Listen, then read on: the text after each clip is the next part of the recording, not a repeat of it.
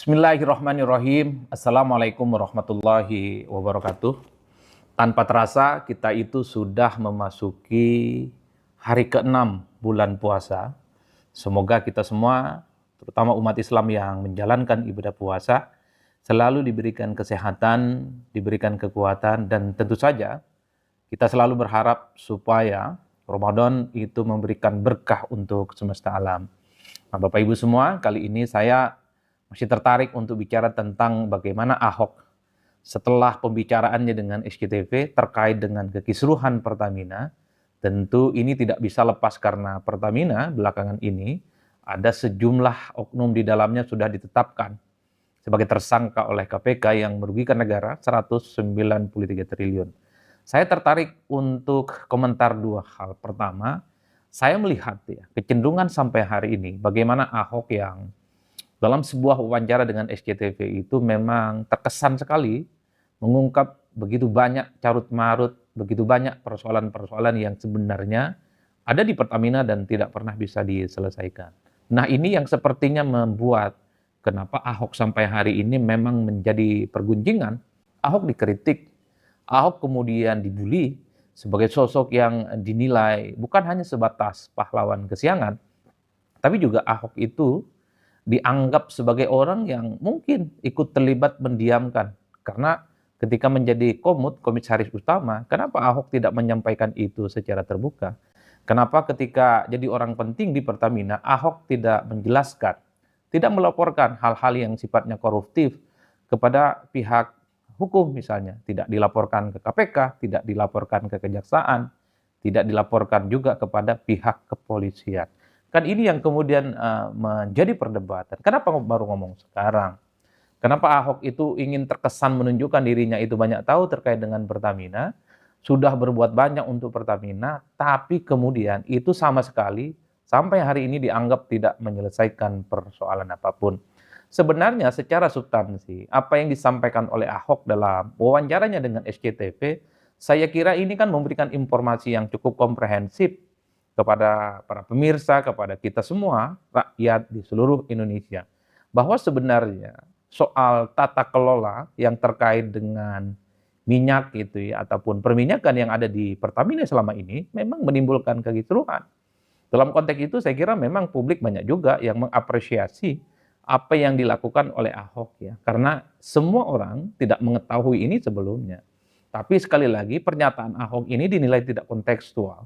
Pernyataan Ahok ini dinilai sangat telat karena saat ini Ahok bukan lagi siapa-siapa, bukan orang yang berada di internal Pertamina, sehingga pernyataannya ini hanya sebatas ingin mendapatkan simpati, ingin mendapatkan panggung politik, dan yang paling penting Ahok mungkin ingin disebut sebagai pahlawan yang kemudian punya kontribusi terkait bagaimana membenahi Pertamina. Jadi di situ perdebatannya. Mungkin ada pihak-pihak tertentu yang merasa tidak nyaman dan tidak happy dengan pernyataan Ahok karena memang dianggap sebagai sebuah ketelatan dalam menyampaikan informasi, terutama terkait dengan kekisruhan yang ada di Pertamina.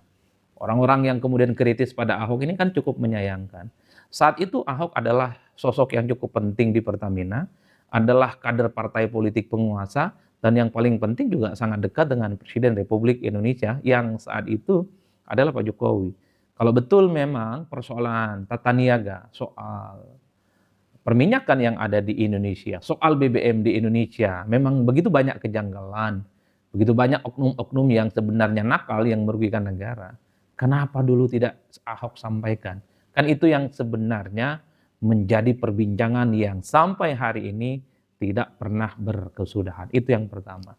Nah yang kedua, kenapa resistensi? Kenapa protes? Dan kenapa juga bully-bully dan bahkan sumpah serapah kepada Ahok itu terus bergulir hingga saat ini? Itu tentu tidak terlepas karena Ahok saat ini adalah bagian dari oposisi. Sebut saja misalnya Ahok adalah kader PDIP yang kalah dalam Pilpres, sehingga posisi Ahok yang bukan lagi siapa-siapa, Ahok bukan pejabat publik, bukan lagi orang penting di negara ini, tidak punya teman dan akses terhadap kekuasaan. Itulah yang kemudian bisa menjelaskan kenapa Ahok itu dibully. Bisa kita bayangkan PSI, Partai Solidaritas Indonesia, belakangan ikut-ikutan menyerang Ahok. Kita kan tahu PSI ini adalah partai politik yang paling Ahok sejak lama. Bahkan publik tahu bahwa PSI itu sangat mengidentifikasi dirinya sebagai bagian dari Ahok. Sepanjang Ahok jadi gubernur di Jakarta, saat itu Ahok misalnya dikritik, dibully terutama oleh kalangan-kalangan kelompok aktivis, termasuk juga ketika Ahok dibully oleh kelompok-kelompok yang kalah dalam pilkada, sebut saja seperti kelompok pendukungnya PKS ataupun kelompok-kelompok kritis yang lain, itu PSI paling depan pasang badan, memberikan bagaimana PSI itu adalah sebagai tameng utama yang selalu akan mengadvokasi dan membela Ahok hingga tuntas. Bahkan dalam banyak hal, nafas perjuangan PSI itu adalah terinspirasi dari statement-statement dan manuver yang kemudian dilakukan oleh Ahok. Tapi hari ini cukup naif. Ahok seakan-akan berjalan di tempat yang sunyi. Ahok itu seakan-akan tak lagi punya teman. Orang yang dulu, partai yang dulu paling Ahok sekalipun, secara perlahan juga mengkritik Ahok secara terbuka. PSI juga mengkritik, kenapa Ahok baru ngomong sekarang terkait dengan kekisruhan Pertamina. Ahok juga dikritik oleh PSI, dianggap tidak ikut bertanggung jawab, bahkan cenderung membiarkan praktik-praktik koruptif yang ada di Pertamina. Terutama ketika Ahok menjadi komut yang kemudian secara signifikan posisinya cukup strategis untuk mengungkap bagaimana kekisruhan yang ada di internal Pertamina. Itulah PSI yang kita tahu. Apa yang kemudian bisa kita jelaskan? Ini tentu tidak terlepas karena Ahok saat ini adalah kalah dalam pemilu, bagian dari partai yang kalah pilpres dan tidak punya teman penguasa. Jadi PSI yang dulu sangat akrab dengan Ahok sekalipun, menjadi sosok, menjadi partai yang paling terdepan, memberikan serangan-serangan agresif kepada Ahok. Yang ingin saya katakan adalah bahwa dalam politik kita memang tidak pernah kita mengenal apa yang disebut dengan pertemanan dan permusuhan secara abadi. Ahok adalah sosok bagaimana kepentingan politik itu hanya sesaat, pertemanan itu hanya sesaat, permusuhan juga sesaat. Bisa kita bayangkan, PSI yang paling Ahok per hari ini juga menjadi partai yang terdepan. Membuli Ahok dinilai sebagai sosok yang tidak bertanggung jawab. Oleh karena itu kalau kita mau kita iris satu persatu, inilah yang kemudian membuat kenapa begitu banyak orang, kenapa membuat begitu banyak partai politik tidak mau jadi oposisi. Dia akan jadi sasaran bully-bulian, dia akan jadi sasaran untuk selalu diserang, dan yang paling penting akan disebut sebagai orang yang pastinya dianggap tidak NKRI, tidak Pancasilais, pahlawan kesiangan, dan seterusnya, dan seterusnya. Itu artinya apa? Berada di luar kekuasaan, itu memang tidak enak dan tidak nyaman. Sering diserang dan syukur kalau tidak dilaporkan kepada pihak yang berwajib. Karena mungkin dianggap mencemarkan nama baik, dianggap menimbulkan kisruhan, dan seterusnya, dan seterusnya.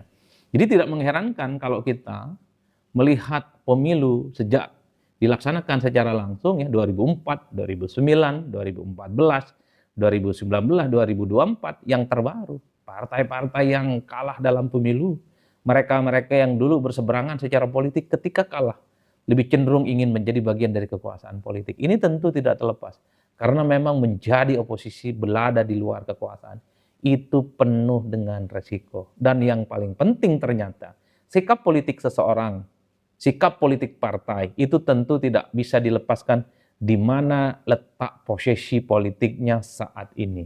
Karena PSI bagian dari koalisinya Prabowo, padahal PSI dulu paling depan, paling agresif memberikan raport merah kepada Prabowo Subianto, tapi hari ini kan PSI paling Prabowo dari Prabowo Subianto. Itu kan menegaskan satu hal bahwa sebenarnya posisi politik itu menentukan bagaimana sikap partai itu dilakukan kepada siapapun. Karena PSI menjadi bagian dari koalisi pemerintah. Karena PSI lebih memilih bersama dengan Jokowi yang berkoalisi dengan Prabowo Subianto.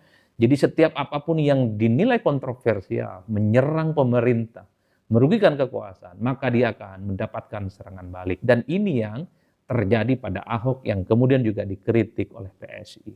Kita kan tidak pernah mendengar bagaimana PSI sikap politiknya soal sikap-sikap kritisnya misalnya terkait dengan makan bergizi gratis, kenaikan PPN 12%, dan kebijakan-kebijakan lain pemerintah hari ini yang sebenarnya itu tidak semuanya itu dinilai sebagai yang pro dengan kerakyatan.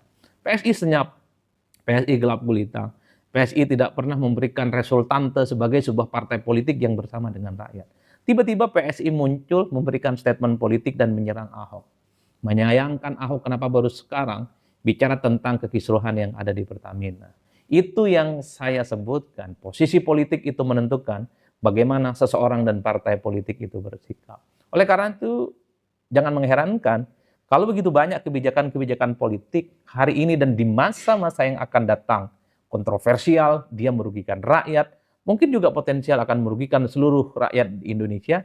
Jangan pernah berharap akan ada orang, akan ada partai politik untuk memberikan sikap yang kritis, karena mereka itu satu barisan, satu kubu dan satu kolam dengan kekuasaan. Begitupun sebaliknya, orang-orang yang berada di luar kekuasaan, kecewa dengan proses politik 2024, ataupun mereka yang kemudian meyakini bahwa pemilu di 2024 itu penuh dengan kecurangan, pastinya posisi politik mereka akan sangat kritis kepada pemerintah.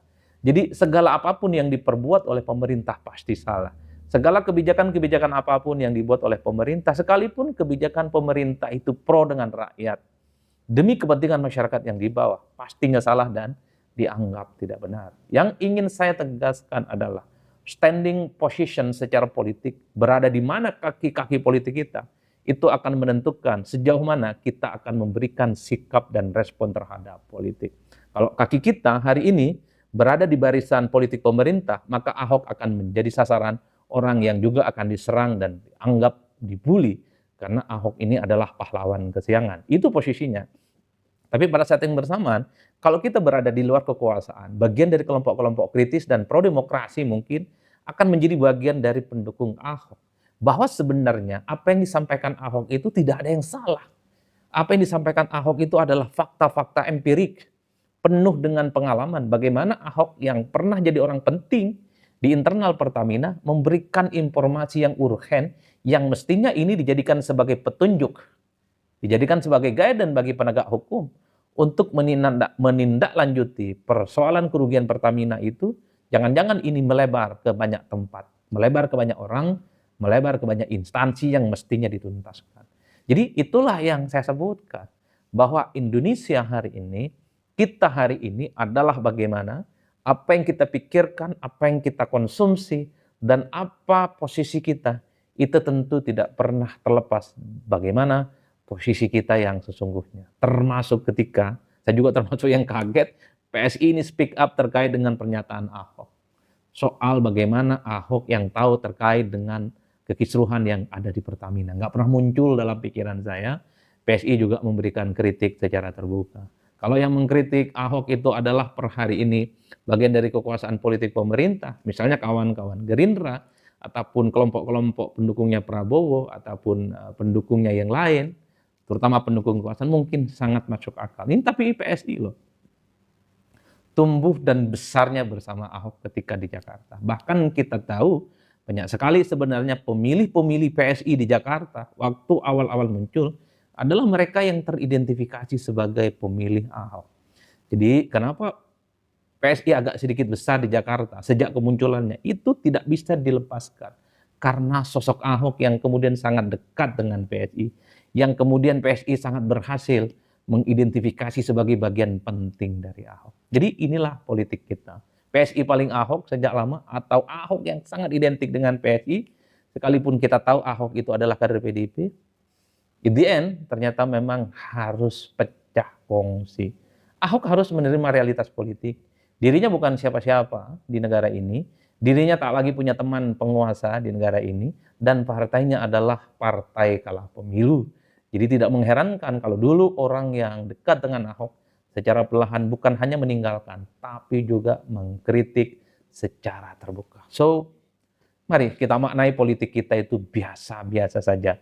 So, mari kita lihat secara komprehensif bahwa semua terkait dengan politik hari ini, itu tentu tidak bisa dilepaskan posisi politik seseorang. Apakah dia berada di kekuasaan, apakah dia berada di luar, itulah yang akan menentukan bagaimana statement, pernyataan, dan gestur-gestur politiknya yang ditampilkan secara terbuka kepada publik. Saya kira di situ